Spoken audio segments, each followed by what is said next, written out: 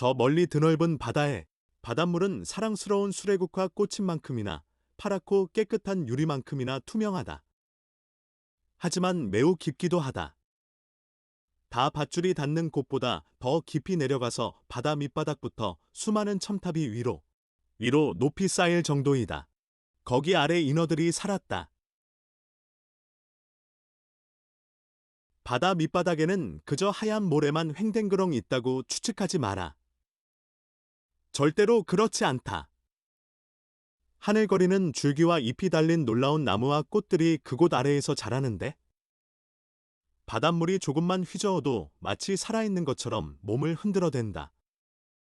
여기 새들이 나무 위로 날아가는 것처럼 각양각색의 물고기가 나무까지 사이를 드나든다.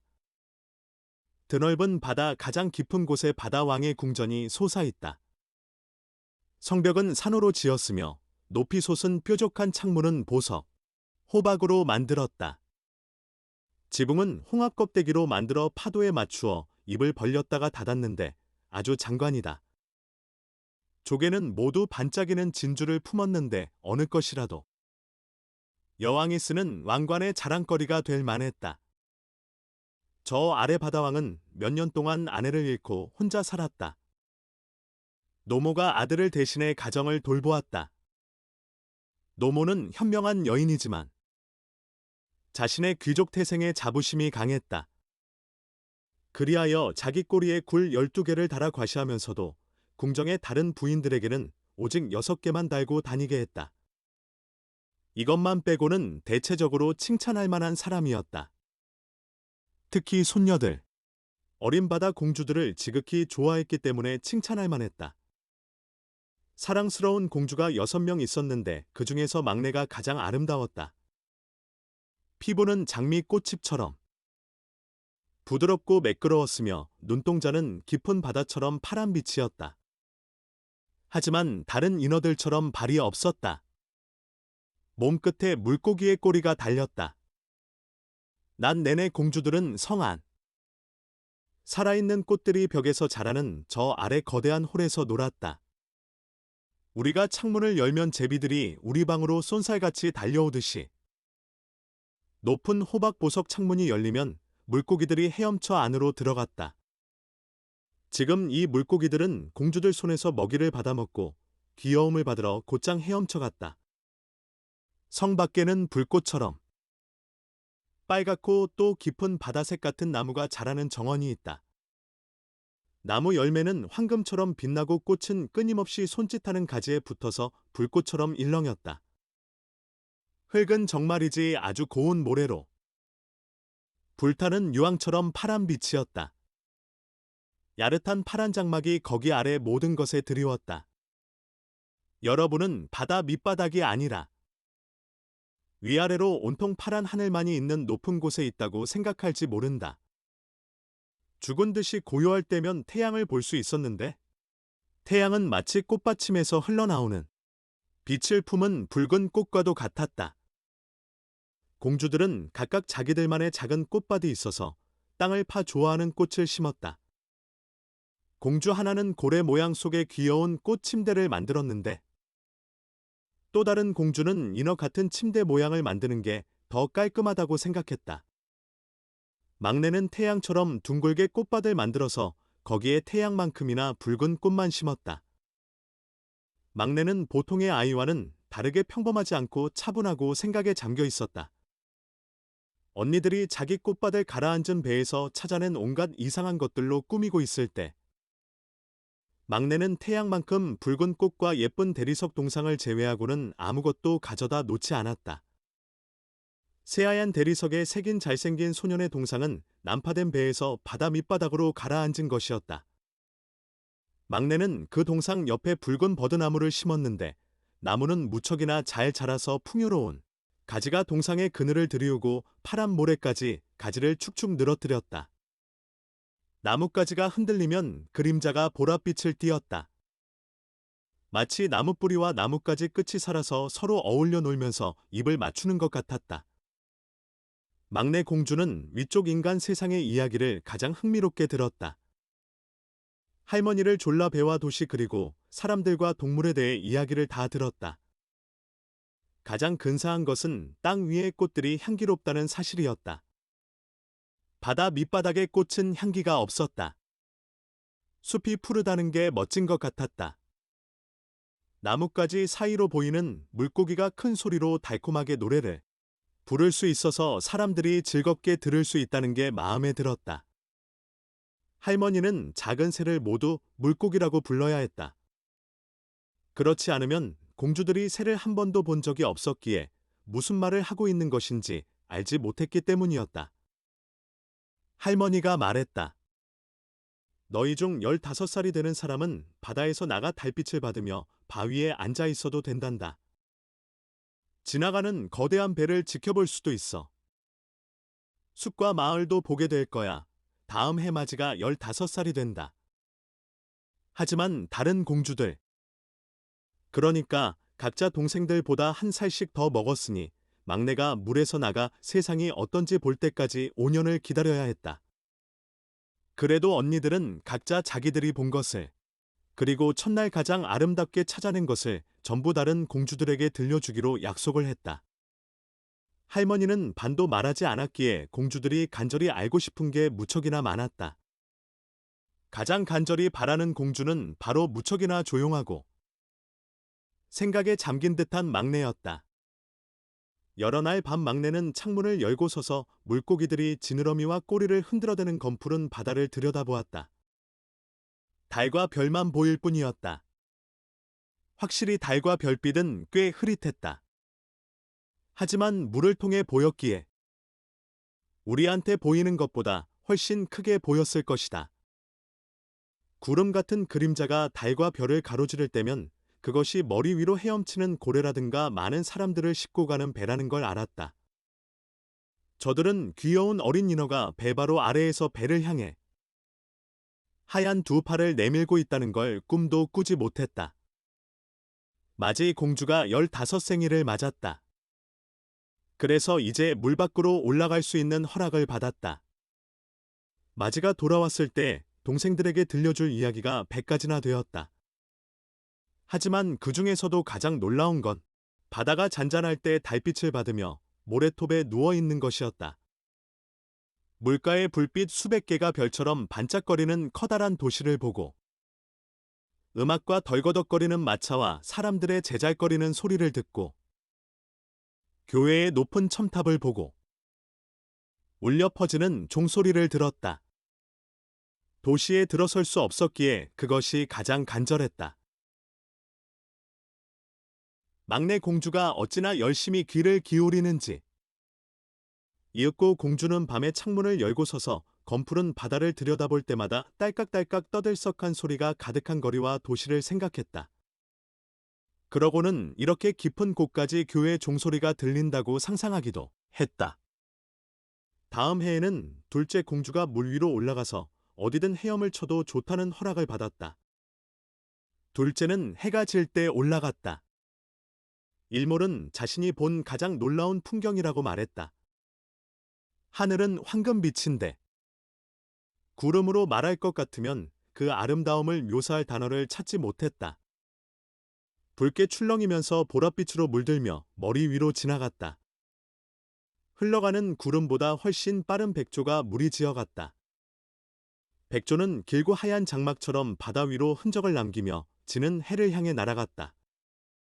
둘째, 공주도 헤엄쳐 갔지만 해가 지자 그 장밋빛 불꽃도 바다와 하늘에서 전부 사라져 버렸다. 그 다음 해에는 셋째 공주가 올라갔다. 가장 대담했기에 큰 바다로 흐르는 넓은 강으로 헤엄쳐 올라갔다. 화려한 초록의 언덕이 보였다. 성과 영주의 저택이 화려한 숲 사이로 언뜻 보였다. 새가 노래하는 소리가 들렸다. 해가 어찌나 밝게 빛나는지 얼굴이 타는 듯 뜨거워져 식히려 종종 물속으로 들어가야 했다.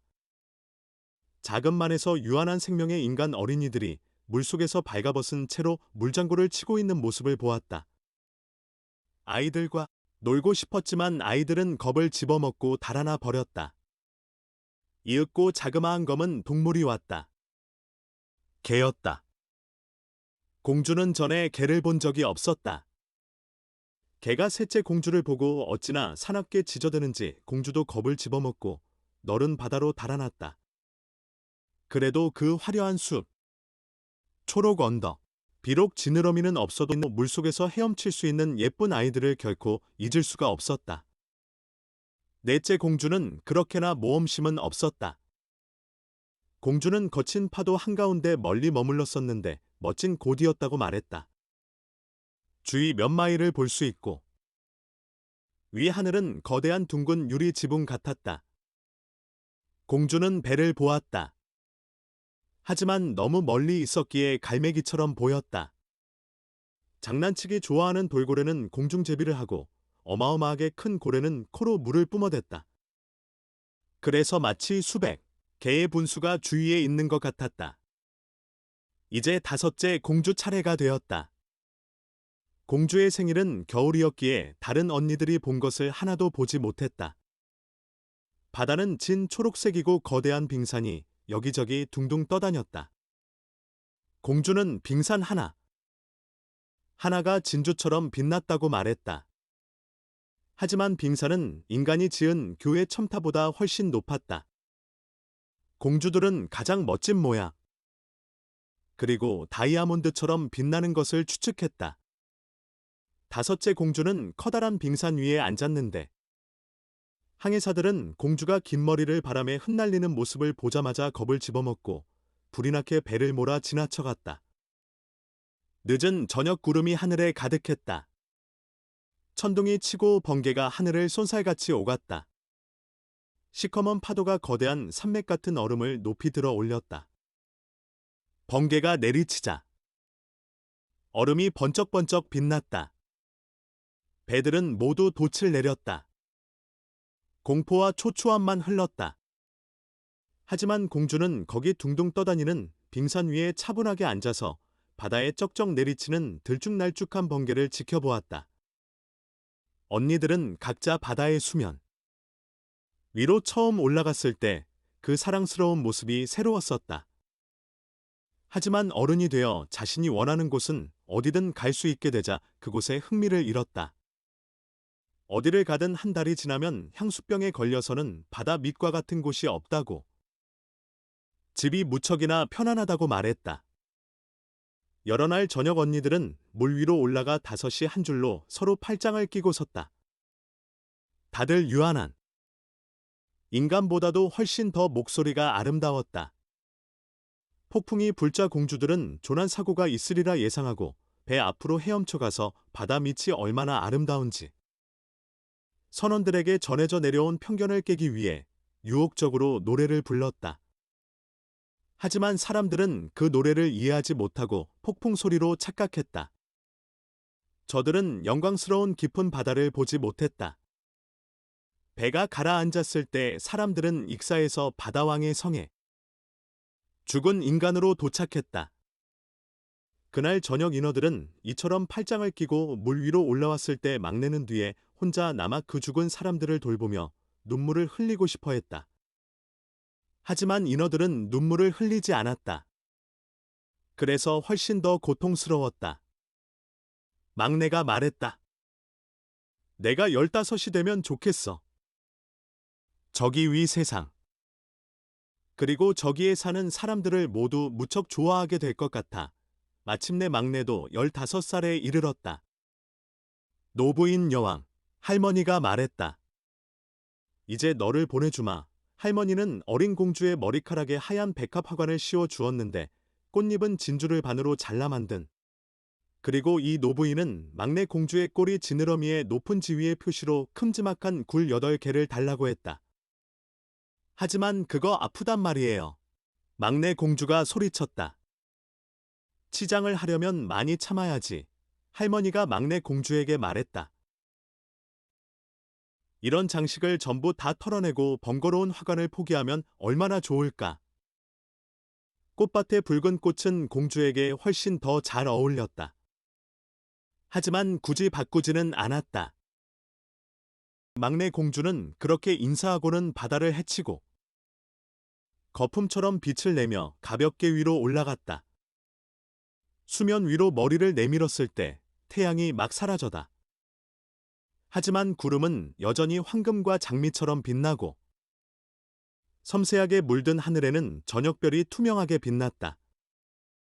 공기는 온화하고 신선하며 바다는 잔잔했다. 돛이 3개 달린 거대한 배가 눈에 들어왔다. 바람이 부드럽게 불어와 돛을 하나만 폈다. 선원들은 활대에 기대어 빈둥거렸다. 배에서는 음악과 노래가 흘러나왔다. 밤이 내리자 선원들은 엄청나게 밝은 수백 개의 불을 밝혔는데 누군가는 망국기가 허공에 흔들리고 있다고 생각했을 것이다. 사랑스러운 인어공주는 가장 큰 선실 창문까지 바짝 헤엄쳐 갔다. 몸이 바닷물 위로 출렁일 때마다 유리 창문으로 그 안에 화려하게 차려입은 사람들 무리를 들여다볼 수 있었다. 그 중에서 가장 눈에 띄는 사람은 커다란 검은색 눈동자의 젊은 왕자였다. 16살 정도 되어 보였다. 왕자의 생일이었기에 축하를 하는 자리였다. 갑판 위 선원들이 춤을 추는데 왕자가 선원 사이로 나타나자 100개가 넘는 불꽃이 허공으로 날아올라 대낮처럼 밝게 비추었다. 불꽃의 공주는 몹시도 놀라서 물속으로 얼른 몸을 숨겼다. 하지만 곧 다시 빼꼼 올려다보았다. 하늘의 별들이 모두 공주에게 떨어지는 듯했다. 저런 불꽃을 본 적이 없었다. 큰 해가 여러 개 빙글 돌고 화려한 불꽃 물고기가 파란 하늘을 둥둥 떠다녔다.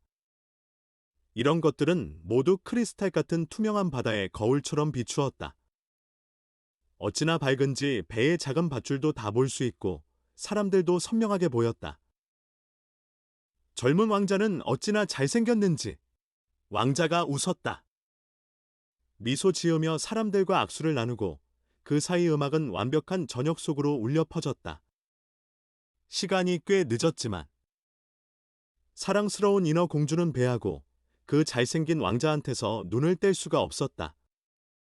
알록달록 밝게 빛나는 초롱불이 꺼지고 불꽃도 하늘을 날아다니지 않고 폭죽도 더 이상 터지지 않았다. 하지만 바닷속 깊은 곳에서 우르르 쾅쾅 소리가 들려왔다.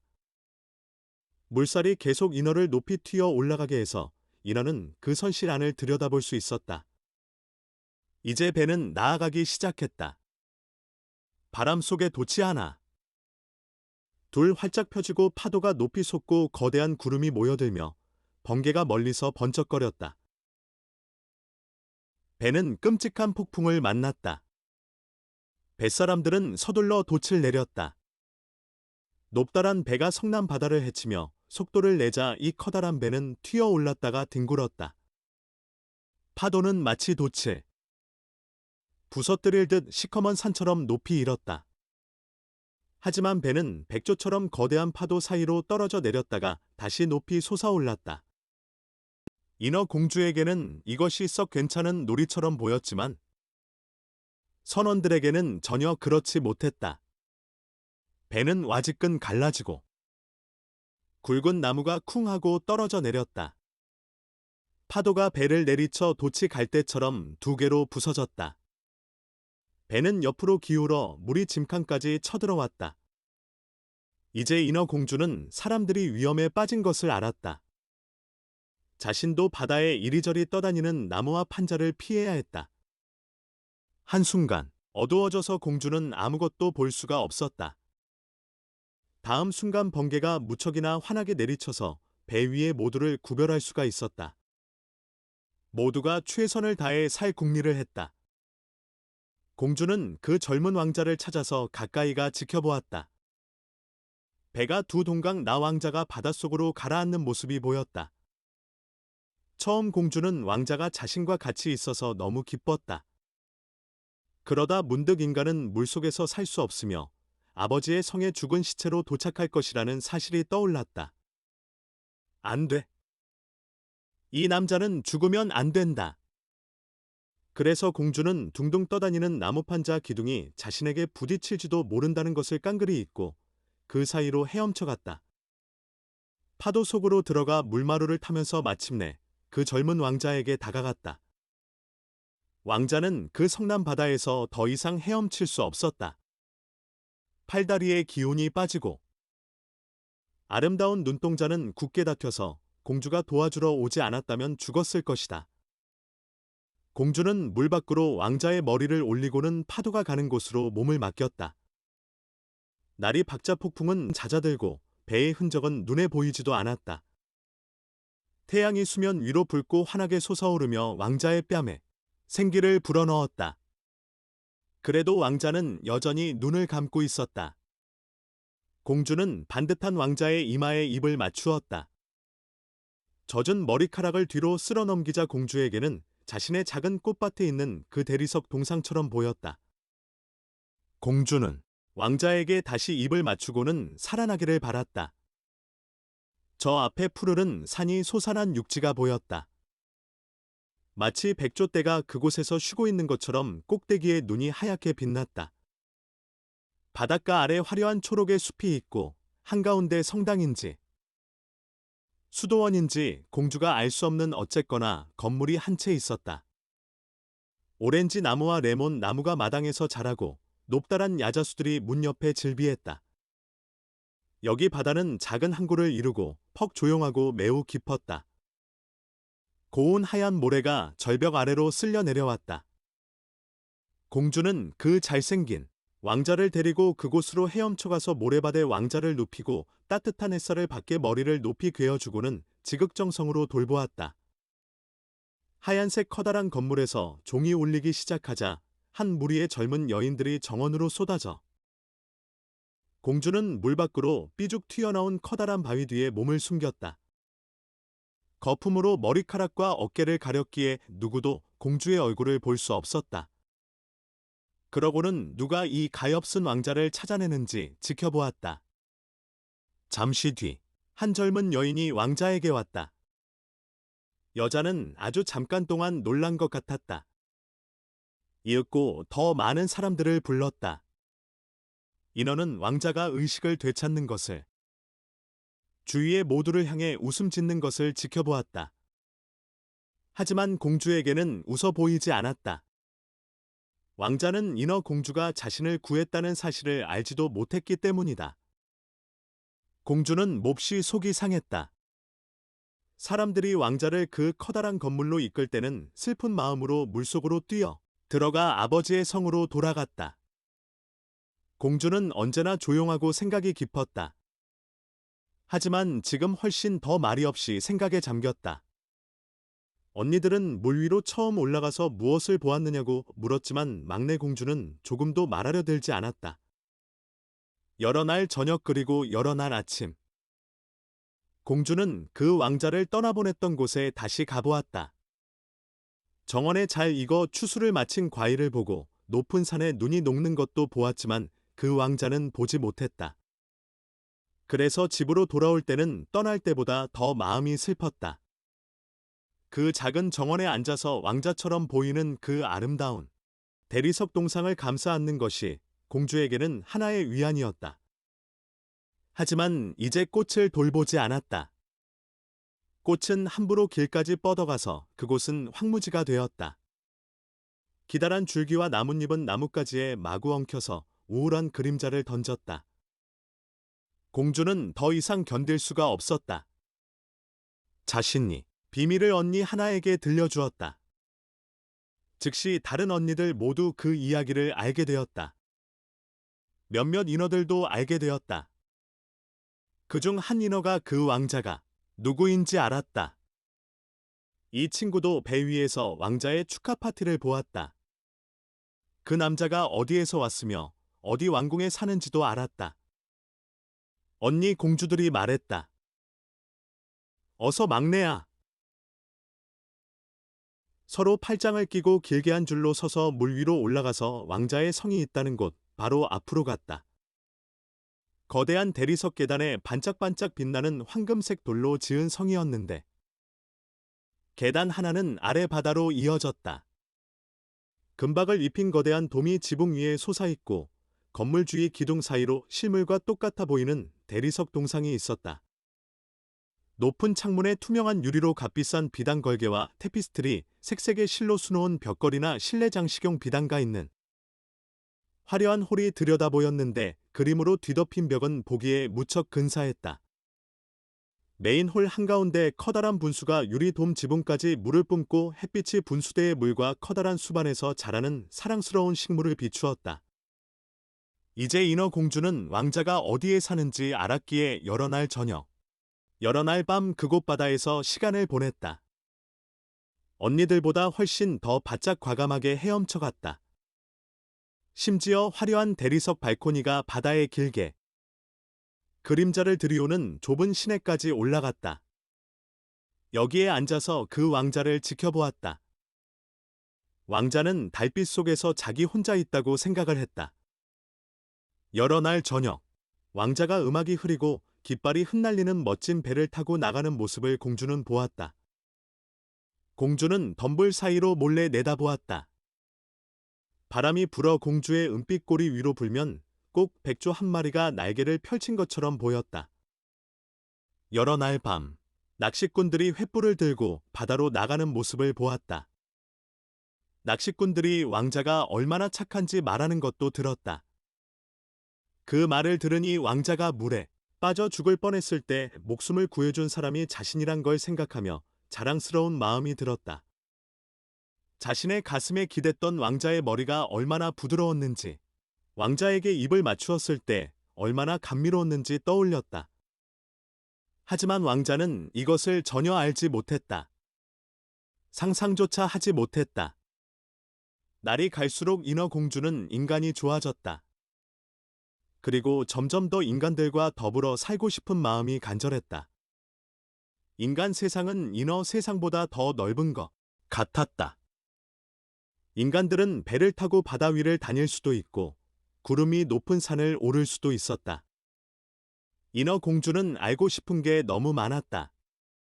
언니들은 막내가 궁금해하는 것들에 전부 다 대답을 해주지 못했다.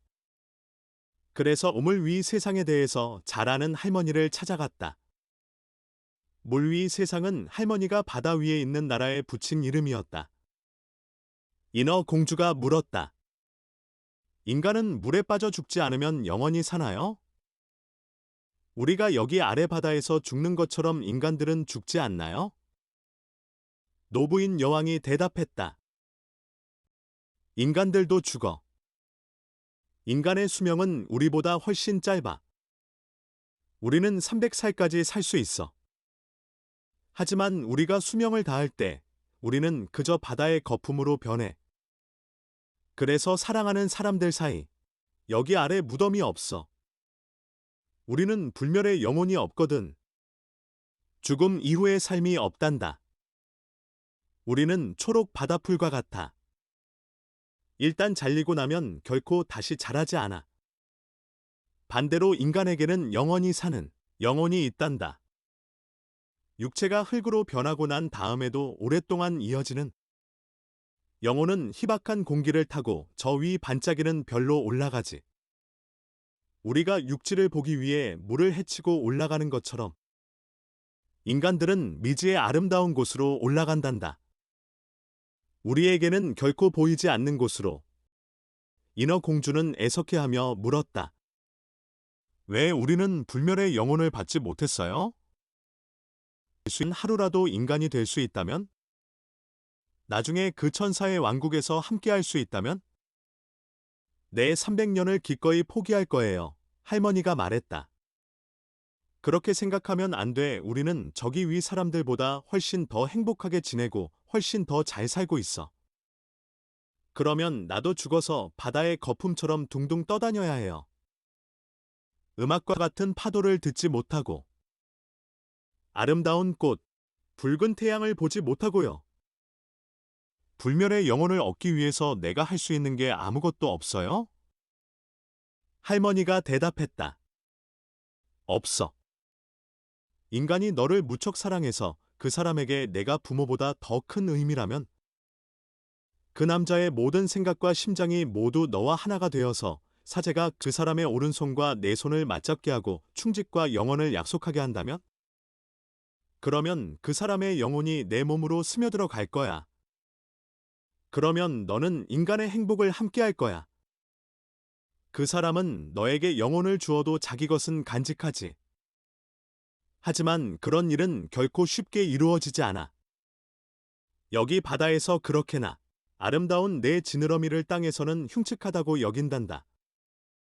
그곳 취향은 어설퍼서 너한테는 사람들이 달이라고 부르는 어색한 소품이 있어야 돼. 인어 공주는 한숨을 푹 내쉬며 자기 지느러미를 불만스레 쳐다보았다. 할머니가 말했다. 어서, 우리 기운 내자. 우리가 살 300년 내내 펄펄 뛰어다니자. 확실히 그걸 함께 나누는 게 중요하지. 그러고 나서 나중에 평화롭게 쉬게 될 거란다. 우리는 오늘 저녁에 궁중, 무도회를 열 거란다. 무도회는 땅 위에서 볼 수 있는 여느 무도회보다 훨씬 더 화려한 행사였다. 거대한 연회장의 벽과 천정은 큼지막한 투명 유리로 만들었다. 장미처럼 붉고 짙은 풀빛 거대한 조개 수백 개가 파란 불꽃을 품고 한 줄로 양옆에 나란히 서서 무도회장 전체와 벽을 아주 선명하게 비추어서 바닷속이 꽤나 밝았다. 셀 수 없이 많은 크고 작은 물고기가 그 유리벽을 향해 헤엄치는 게 보였다. 몇몇 물고기의 비늘은 붉은 보랏빛으로, 또 다른 물고기는 은빛과 금빛으로 빛났다. 무도회장 바닥으로 거대한 물줄기가 흘렀다. 그 위로 인어들이 매혹적인 노래에 맞추어 춤을 추었다. 그렇게나 아름다운 목소리는 땅에 사는 사람들 사이에서는 들리지 않았다. 공주는 다른 누구보다 감미롭게 노래를 불러서 모두가 감탄에 마지 않았다. 한순간 막내 공주는 자신의 목소리가 바다에서든 땅에서든 누구보다 사랑스러웠기에 행복했다. 하지만 곧 저 위 세상에 대한 생각으로 흘러갔다. 그리고 왕자처럼 불멸의 영혼이 없다는 슬픔을 잊을 수가 없었다. 그리하여 모두가 즐겁게 노래하고 있는 아버지의 성을 몰래 빠져나와 자신의 그 작은 꽃밭에 처량하게 앉았다. 문득 바다를 통해 나팔 소리가 들려왔다. 공주는 생각했다. 저건 분명 왕자가 배를 타고 나간다는 뜻이야. 내가 우리 아버지나 어머니보다 더 사랑하는 왕자. 내가 오매불망 생각하는 왕자. 내 평생의 행복을 기꺼이 맡기고 싶은 사람. 그 사람을 얻기 위해서라면, 불멸의 영혼을 얻기 위해서라면 난 뭐든 하겠어. 언니들이 여기 아빠의 성에서 춤을 추고 있는 사이, 지금까지 내내 무척 두려워만 했던 바다 마녀를 찾아가겠어. 어쩌면 마녀가 내게 무슨 조언을 해주며 도와줄 거야. 인어 공주는 꽃밭에서 나와 마녀의 집 근처 으르렁거리는 소용돌이를 향했다. 한 번도 그 길을 가본 적이 없었다. 그곳에는 꽃도 바다풀도 자라지 않았다. 황량한 잿빛 모래가 소용돌이까지 쭉 펼쳐졌는데 그 소용돌이는 물레방아 바퀴처럼 빙그르르 돌면서 바다 밑바닥에 닿는 것은 뭐든 낚아챘다. 마녀의 집으로 가려면 이런 소용돌이를 뚫고 가야 했다. 그러고 나서 펄펄 끓는 꽤 길게 이어진 진창길이 있었다. 마녀는 그것을 석탄 습지라고 불렀다. 거기 넘어 마녀의 집은 기괴한 숲 한가운데 있었는데 나무와 관목은 전부 다 반은 동물이고 반은 식물인 폴립, 히드라, 산호류 같은 원통형 해양 고착 생물이었다. 폴립은 마치 땅속에서 자라는 머리 100개 달린 뱀처럼 보였다.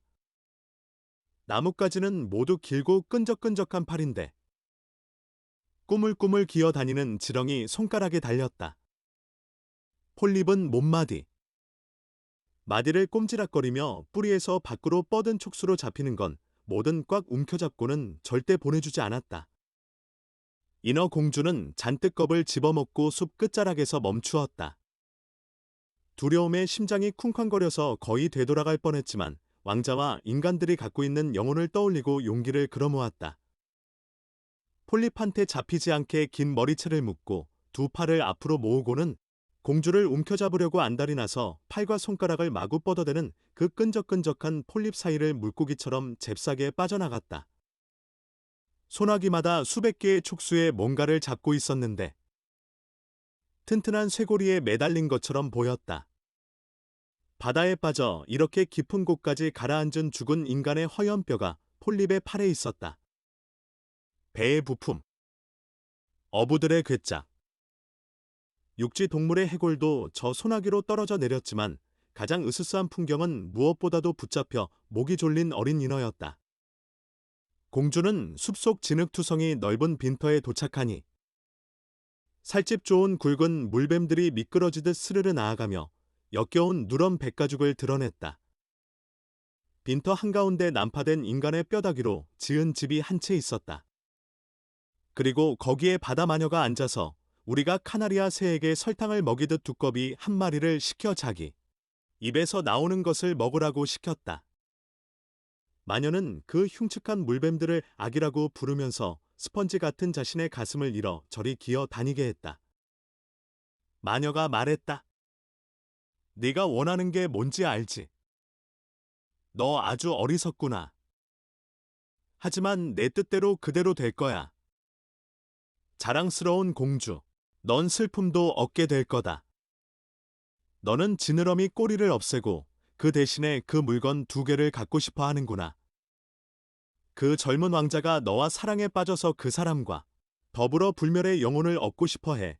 여기에서 마녀는 어찌나 깔깔대며 웃어대는지 두꺼비랑 뱀들이 바닥으로 떨어져 내려 온몸을 비틀어댔다. 마녀가 이어 말했다. 제때에 잘 왔어. 태양이 내일 떠오르고 나면 난 1년 내내 너를 도와줄 수가 없거든. 내가 한번 먹을 약을 만들어 주지. 해가 뜨기 전에 그걸 가지고 물가로 헤엄쳐 가야 해. 마른 땅에 앉아서 그걸 다 마셔. 그러면 내 꼬리가 둘러 갈라지면서 쪼그라들 거야. 예리한 칼로 찍찍 찔러대는 느낌이 들 거야. 만나는 사람은 누구든 지금껏 본 가장 아름다운 인간이라고 말할 거란다. 사뿐히 걷는 내 발걸음은 어느 무용수도 따라올 수가 없거든. 하지만 내가 발걸음을 움직일 때마다 너는 칼날 위를 걷는 것처럼 피가 철철 흐르는 느낌이 들 거야. 기꺼이 너를 도와주지. 그런데 이 모든 걸 감당할 수 있겠어? 그러며 공주는 왕자와 인간의 영혼을 얻는다는 생각을 하면서 떨리는 목소리로 대답했다. 마녀가 말했다. 기억해. 일단 인간의 모습이 되면 넌 다시는 인어로 되돌아올 수 없어. 내 언니들, 내 아버지의 성으로 바다를 헤엄쳐 절대 돌아올 수 없다고. 그리고 내가 왕자의 사랑을 완벽하게 얻지 못한다면? 그러니까 자기 부모를 깡그리 잊고 머리와 심장으로 오로지 너만을 생각하지 못한다면? 사제가 결혼식에서 너의 손을 잡지 못한다면? 그러면 너는 불멸의 영혼을 얻지 못해. 만약에 왕자가 다른 사람과 결혼을 하게 되면 내 심장은 다음날 아침 산산조각이 나고 바다의 물거품이 되고 말 거야. 감수하겠어요, 공주가 말했다. 하지만 얼굴은 죽은 듯 창백했다. 게다가 넌 내게 값을 지불해야 돼. 난 하찮은 걸 달라고는 하지 않지. 너는 여기 바다 아래에서 누구보다 목소리가 아름다워. 그 목소리로 분명 그 왕자를 사로잡고 싶을 거야. 하지만 넌 그 목소리를 나한테 주어야 해. 네가 가진 바로 그걸 내가 가져갈 거야. 내 값비싼 약을 주는 대가로 말이야. 난 거기에 내 피를 흘려야 해. 아주 잘 듣는 약을 만들려면, 하지만 내 목소리를 가져가면? 나한테 뭐가 남지요? 내 아름다운 모습. 미끄러질 듯 걷는 발걸음. 초롱초롱한 눈동자. 이런 것들로 넌 왕자의 마음을 쉽사리 사로잡을 거야. 용기가 사라졌나? 혀를 쑥 내밀어. 그러면 내가 싹둑 잘라낼 테니까. 난 내 대가를 갖고 너는 잘 듣는 약을 갖게 될 거야. 어서 해요. 마녀는 불 위에 가마솥을 걸고 약을 끓였다. 깨끗한 게 좋지. 마녀는 그렇게 말하며 뱀을 둘둘 말아서 그것으로 단지를 슥슥 문질렀다. 그러고는 가슴을 쿡 찔러서 시커먼 피를 그 가마솥 안에 후드득 떨어뜨렸다. 그 안에서 연기가 으스스하게 피어올라서 그 모습만으로도 공포로 얼어붙을 것 같았다. 마녀는 끊임없이 새로운 재료를 가마솥에 던져 넣었다. 곧 악어가 눈물을 흘리는 듯한 소리를 내며 가마솥이 서서히 끓기 시작했다. 마침내 약이 완성되었다. 약은 깨끗한 물처럼 투명해 보였다. 내 약이야. 마녀는 인어 공주의 혀를 잘랐다. 공주는 더 이상 말을 할 수 없었다. 노래도, 이야기도 할 수 없었다. 마녀가 말했다. 네가 내 숲을 돌아나갈 때 폴립들이 너한테 덤벼들 거야. 이걸 녀석들한테 한 방울만 떨어뜨려. 그러면 촉수가 수천 갈래로 갈라질 테니까. 하지만 그럴 필요가 없었다. 폴립들은 그 약을 보자마자 놀라서 몸을 말았다. 약은 빛나는 별처럼 공주의 손에서 빛을 냈다. 그래서 공주는 금세 그 숲, 습지, 그리고 우르렁대는 소용돌이를 빠져나갔다. 아버지의 성이 보였다. 연회장의 불은 이미 꺼졌다. 분명 성에 있는 모두가 잠이 든 게 틀림없었다. 하지만 공주는 차마 근처에 가지 못했다. 이제 말을 할 수 없게 된 채 영원히 고향을 떠날 갈 것이다. 심장이 슬픔으로 부서질 것 같았다. 살금살금 꽃밭에 가서 언니들의 꽃을 하나씩 따서 성을 향해 수없이 입맞춤을 보냈다. 이윽고 검풀은 바다를 헤치고 위로 올라갔다. 왕자의 성에 도착했을 때 태양은 아직 떠오르지 않았다. 그 화려한 대리석 계단을 올라갈 때 달이 환하게 비추고 있었다. 공주는 그 쓰디쓴 약을 꿀꺽 삼켰다. 약은 양날의 칼처럼 가녀린 몸을 내리치는 것 같았다. 공주는 정신을 잃고 죽은 듯이 그곳에 쓰러졌다. 태양이 바다 위에 떠오르자 찌를 듯한 고통을 느끼며 깨어났다. 하지만 공주 바로 앞에 그 잘생긴 왕자가 칠흑 같은 눈동자로 공주를 내려다보고 있었다. 공주는 고개를 숙여 꼬리가 사라진 것을 보았다. 젊은 연인들이 바라는 사랑스러운 하얀 다리가 달려 있었다. 하지만 발가벗은 채였기에 자신의 긴 머리로 몸을 감쌌다. 왕자는 누구냐고, 이곳에 어찌하여 왔냐고 물었다. 공주는 말을 할 수 없었기에 그 짙은 파란 눈동자로 부드럽지만 몹시 슬프게 왕자를 쳐다보았다. 문득 왕자는 공주의 손을 잡고 성 안으로 이끌어 주었다. 발걸음을 옮길 때마다 면도날 그리고 예리한 칼끝을 걷는 것 같았다. 마녀가 미리 알려준 그대로였다. 하지만 공주는 기꺼이 참아냈다. 왕자 옆을 걸으면서 거품처럼 가볍게 움직였다. 왕자와 공주를 본 모두가 그 우아하게 걷는 모습에 놀라워했다. 일단 성에서 내준 실크와 모슬린 의상을 입자 공주는 이 성에서 가장 아름다웠다. 하지만 공주는 말을 할 수도 노래를 부를 수도 없었다. 실크와 황금빛 옷을 입은 아름다운 여자 무희들이 와서 왕자와 왕자의 부모님 앞에서 노래를 불렀다. 그중 하나가 누구보다 노래를 잘 부르자 왕자는 그 여자를 향해 웃으며 손뼉을 쳤다. 공주는 몹시도 슬펐다. 자신이 훨씬 더 아름답게 부르곤 했다는 걸 알기 때문이었다. 공주는 생각했다. 당신과 함께 있기 위해서 내 목소리와 영원히 헤어졌다는 것을 당신이 안다면 우아한 무희들이 이제 가장 아름다운 음악에 맞추어 춤을 추기 시작했다. 문득 공주는 하얀 팔을 들고는 발끝으로 일어서 앞으로 걸어 나갔다. 누구도 그렇게나 춤을 잘 추지는 못했다. 발걸음을 움직일 때마다 더 아름답게 춤추며 그 어떤 무희보다 눈으로 가슴을 향해 깊이 말했다. 모두가 공주에게 넋을 잃고 말았다. 특히 왕자가 그랬다. 왕자는 공주를 길에서 찾은 사랑스러운 여인이라고 불렀다. 공주는 몇 번이고 다시 춤을 추었다. 하지만 바닥에 발이 닿을 때마다 예리한 쇠붙이 위를 걷는 것만 같았다. 왕자는 언제나 공주를 곁에 두겠다고 말했다. 그러면서 문밖에서 자도 좋다면서 벨벳 이불을 내주었다. 왕자는 공주에게 시종의 옷을 만들어 주어서 공주는 말을 타고 왕자와 함께 나갈 수 있었다. 둘은 향기로운 숲을 달리곤 했다. 초록가지가 인어 공주의 어깨를 스치고 작은 새들이 나풀거리는 나뭇잎 사이로 노래를 불렀다.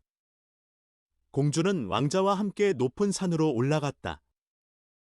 그 부드러운 발에서는 눈에 띄게 피가 흘렀지만 그저 웃으며 왕자를 따라 올라가서 구름이 새무리처럼 저 먼 땅으로 내려가는 모습을 내려다보았다. 왕자의 궁전에서 모두가 밤에 잠들었을 때 공주는 그 넓은 대리석 계단을 내려가 차가운 바닷물에 불에 댄 것 같은 발을 식혔다. 그러고 나서 바다 아래 사는 이들을 떠올렸다. 어느 날 밤, 언니들이 팔짱을 끼고 바다에 올라와 슬프게 노래를 부르고 있었다. 공주가 언니들을 향해 손을 흔들자 언니들이 알아보고는 공주가 모두를 무척이나 슬프게 했다고 말했다. 그 이후 언니들은 매일 밤 보러 왔다. 한 번은 멀리 바다에서 할머니를 보았다. 할머니는 최근 오랫동안 물 위에 올라온 적이 없었다. 거기 왕관을 쓴 바다의 왕도 함께 있었다. 둘은 공주를 향해 손을 뻗었다. 하지만 언니들만큼 육지로 가까이 다가오지는 않았다. 날이 갈수록 공주는 왕자를 더 깊이 사랑했다. 왕자는 어린아이를 아끼듯이 공주를 좋아했지만 왕비로 삼을 생각은 전혀 하지 않았다. 하지만 공주는 왕자의 아내가 되어야 했다. 그렇지 않으면 결코 불멸의 영혼을 가질 수 없을 것이며 왕자의 결혼식 다음 날 아침 바다의 물거품이 될 것이다. 인어 공주의 눈은 왕자에게 이렇게 묻는 것 같았다. 나를 누구보다 사랑하지 않나요? 그러면 왕자는 인어 공주의 두 손을 잡고 사랑스러운 이마에 입을 맞추어 주었다. 물론이지. 너는 내게 무척이나 사랑스러워. 너는 누구보다 마음이 착하니까. 게다가 다른 누구보다 더 나를 사랑하지. 넌 언젠가 내가 한번 보았던 그러나 결코 찾을 수 없는 어린 소녀를 무척이나 닮았어. 난 난파된 배에 있었어. 파도가 한 수도원으로 나를 쓸어갔지. 거기에 젊은 여인들 여럿이 의식을 치르고 있었어. 가장 어린 소녀가 바닷가에서 나를 찾아서 내 목숨을 구해주었지. 하지만 난 그 소녀를 두 번 다시 보지 못했어. 소녀는 내가 사랑할 수 있는 이 세상의 유일한 여인이야. 그래도 내가 그 소녀와 많이 닮았기에 내 마음속에서 그 여인의 추억을 대신해주지. 그 여인은 수도원에서 살아. 다행스럽게도 너를 얻었지. 우리는 결코 헤어지지 않을 거야. 인어 공주는 생각했다. 왕자는 목숨을 구해준 사람이 나라는 사실을 모르는구나. 내가 바다에서 그 수도원 정원으로 왕자를 데리고 갔는데 나는 물거품 뒤에 숨어서 누가 오는지 지켜보았어. 왕자가 나보다 더 사랑한다는 그 여자를 보았어. 한숨만이 공주가 깊은 슬픔을 드러내는 방법이었다. 인어들은 울 수가 없으니 말이다. 그 여인이 그 수도원에 산다고 왕자가 말했지. 이 세상으로 결코 나오지 않을 거야. 다시는 서로 만나지 않겠지. 나야말로 왕자를 좋아하고 사랑하며 왕자를 위해 목숨을 전부 줄 수 있어. 이제 왕자가 이웃왕의 아름다운 딸과 결혼할 것이라는 소문이 돌기 시작했다. 이 때문에 근사한 배가 항해에 나설 준비를 했다. 왕자가 이웃 왕국을 향하는 이유는 왕의 딸을 보기 위한 것으로 듬직한 수행원들과 함께 떠난다고 했다. 인어 공주는 고개를 저으며 미소 지었다. 왕자의 생각을 누구보다 훨씬 더 잘 알았기 때문이다. 왕자가 공주에게 말했다. 여행을 떠나야 해. 아름다운 공주를 보러 가야 하거든. 부모님의 바람이야. 하지만 신부가 내 뜻과 다르다면 난 공주를 집으로 데려오지 않을 거야. 그리고 난 절대 그 공주를 사랑할 수 없어. 공주는 수도원에 있는 그 사랑스러운 여인을 너만큼 닮지 않았을 테니까? 내가 신부를 선택한다면 너를 선택할 거야. 말 못하는 길에서 찾은 사랑스러운 여인아. 그러고는 인어 공주에게 입을 맞추고 기다란 머리카락을 쓰다듬으며 공주의 가슴에 머리를 기댔다. 공주는 인간의 행복과 불멸의 영혼을 꿈꾸었다. 이웃왕 나라로 실어다 줄 웅장한 배에 올라타자. 왕자가 말했다. 너는 바다를 두려워하지 않지? 길에서 찾은 사랑스러운 여인. 그러고는 인어 공주에게 폭풍, 차분한 배, 깊은 바다의 낯선 물고기, 물속에 들어가서 보았던 경이로운 것들의 이야기를 들려주었다. 공주는 그런 이야기를 들으며 미소 지었다. 공주만큼이나 저 깊은 바닷속 이야기를 아는 사람은 없었으니까 말이다. 밝은 달빛 아래 배를 모는 사람을 제외하고 모두 잠이 들었을 때 공주는 배 한쪽에 앉아서 투명한 바다를 들여다보며 아버지의 성을 상상했다. 성의 탑맨 위에 할머니가 은색 왕관을 쓰고 서서 서둘러 흘러가는 배를 올려다보고 있다. 문득 언니들이 수면 위로 올라와 공주를 안타깝게 쳐다보면서 서로 하얀 손을 움켜잡았다. 공주는 웃으며 손을 흔들면서 모두 잘 되어 간다고, 자신은 행복하다고 알려주려고 했다. 하지만 선실에서 심부름을 하는 소년이 나오는 바람에 언니들이 재빨리 물속으로 들어가 버렸다. 소년은 자신이 본 넘실거리는 파도가 그저 바다의 거품이라고 생각했다. 이튿날 아침, 배는 이웃왕의 화려한 도시의 항구에 들어섰다. 교회에서는 모두 종소리가 울려 퍼지고 높은 탑에서는 트럼펫을 부는 소리가 들려왔다. 군인들이 나부끼는 깃발과 반짝이는 총을 들고 한 줄로 섰다.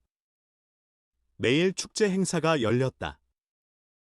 무도회 또는 또 다른 아련식이 이어졌지만 공주는 여전히 나타나지 않았다. 사람들이 말하기를 멀리 있는 수도원에서 왕실의 예의범절을 배우고 있다고 했다. 마침내 공주가 들어왔다. 인어 공주는 이 공주가 얼마나 아름다운지 궁금했었다. 솔직히 그렇게나 뛰어나게 아름다운 사람을 한 번도 본 적이 없었다. 피부는 투명하고 고우며 그 길고 짙은 속눈썹 뒤로 파란 눈동자가 진실되고 순수하게 웃고 있었다. 왕자가 큰 소리로 외쳤다. 당신이었군요. 내가 죽은 듯 바닷가에 누워있을 때 나를 구해준 사람이군요. 왕자는 얼굴을 붉히는 신부를 두 팔로 안았다. 그러더니 인어 공주를 향해 말했다. 나는 누구보다 행복한 사람일 거야. 내 사랑하는 꿈. 감히 바랄 수도 없는 꿈이 이루어졌어. 넌 나의 이 큰 기쁨을 나와 함께 하겠지. 너는 나를 다른 누구보다 사랑하니까. 인어 공주는 왕자의 손에 입을 맞추며 심장이 깨질 것 같은 기분이 들었다. 결혼식 다음 날 아침 공주는 목숨을 잃고 물거품으로 변할 테니까 말이다. 교회의 종이 모두 울려 퍼지며 온 도시에 결혼식 소식을 전했다. 제단마다 값비싸는 램프의 향유를 피워 올렸다. 사제들이 향로를 이리저리 흔들고 교황은 신랑과 신부에게 축성을 내려주었다. 인어 공주는 황금색 실크 옷을 입고 신부의 긴 치맛자락을 붙잡았다. 하지만 결혼식 행진곡도 들리지 않고 결혼식 풍경도 눈에 들어오지 않았다. 이 땅에서의 마지막 밤, 이 세상에서 잃어버린 그 모든 것들에 대한 생각뿐이었다. 그날 저녁 신부와 신랑은 배를 타러 갔다. 폭죽이 터지고 깃발이 휘날렸다. 배 갑판 위에 보라색과 황금색 왕실 천막이 차려지고 우아한 잠자리가 마련되었다. 고요하고 맑은 밤 신혼부부는 여기에서 잠을 잘 것이다. 배는 산들바람을 타고 미끄러지듯 가볍게 지나가서 조용한 바다 위에서 거의 움직이지도 않는 것처럼 보였다. 해질녘 오색 찬란한 색색등이 켜지자 뱃사람들은 갑판 위에서 춤을 추었다. 인어 공주는 깊은 바다에서 처음으로 올라왔을 때 보았던 그 흥겨운 모습이 떠올랐다. 인어 공주는 먹이를 쫓는 제비처럼 함께 어울려 춤을 추었다. 모두가 인어 공주에게 박수를 보냈다. 실로 인어 공주가 그렇게나 멋지게 춤을 춘 적이 없기 때문이었다. 단검이 연약한 발을 찌르는 듯했지만 애써 모른 채 했다. 심장이 훨씬 더 큰 고통으로 아팠다. 자신의 사랑스러운 목소리를 아낌없이 버리고 끊임없는 고통을 감내했던 왕자를 보는 마지막 저녁이라는 것을 알았다. 반면 왕자는 이런 것들을 하나도 몰랐다. 인어 공주에게는 왕자와 같은 공기를 숨쉬고 깊은 바다를 내려다보고 파란 하늘에 무수한 밤을 올려다보는 마지막 밤이었다. 생각도 할 수 없고 꿈도 꿀 수 없는 영원과도 같은 밤이 인어 공주를 기다리고 있다. 공주는 영혼이 없으며 영혼을 가질 수도 없다. 한밤이 지나도록 잔치가 이어졌다. 하지만 공주는 마음에 드리운 죽음의 생각을 잊고 웃으며 춤을 추었다. 왕자는 아름다운 신부에게 입을 맞추고 신부는 왕자의 칠흑처럼 검은 머리카락을 어루만졌다. 두 사람은 손에 손을 잡고 그 웅장한 천막 안으로 실어 들어갔다. 배 위로 침묵이 내려앉았다. 배를 모는 키잡이만 갑판에 남았다. 인어 공주는 벽에 기대어 서서 여명이 밝아오는 것을 보았다. 전 여명이 비치자마자 자신이 죽으리라는 걸 알았다. 문득 넘실거리는 파도 사이로 언니들이 둥실 올라왔다. 언니들은 막내 공주만큼이나 창백했다. 산들바람이 비껴주던 길고 사랑스러운 머리카락이 보이지 않았다. 전부 잘려나갔다. 언니들이 말했다. 우리 머리카락을 마녀한테 주었어. 너를 도와줄 방법을 얻으려고. 오늘 밤 내 목숨을 구해. 마녀가 우리에게 칼을 주었어. 이 날카로운 칼날을 봐. 해가 뜨기 전에 넌 왕자의 심장에 이걸 꽂아야 해. 왕자의 뜨거운 피가 네 발을 적시면 발이 다시 하나가 되어 지느러미 꼬리로 변할 거야. 그러면 너는 다시 인어가 되어서 바닷속 우리한테 돌아올 수 있어. 죽어서 짠 바다의 거품이 될 때까지 300년을 더 살 수 있다고. 서둘러. 왕자든 너든 해가 뜨기 전에 죽어야 해. 할머니는 슬픔에 빠져 하얀 머리카락이 계속 빠지고 있어. 꼭 마녀가 가위로 잘라버린 우리 머리카락 같아. 왕자를 죽여. 그리고 우리한테 돌아와. 서둘러. 서둘러. 하늘의 저 빨간 기온을 봐. 몇 분 있으면 태양이 떠오르고 넌 죽게 된단 말이야. 그렇게 말하며 언니들은 깊은 한숨을 토해내고는 파도 아래로 가라앉았다. 인어 공주는 보라색 천막을 열었다. 아름다운 공주가 왕자의 가슴에 머리를 얹고 잠이 들었다. 인어 공주는 허리를 숙여 왕자의 이마에 입을 맞추었다. 서둘러 하루를 열기 위해 붉게 빛나고 있는 하늘을 보았다.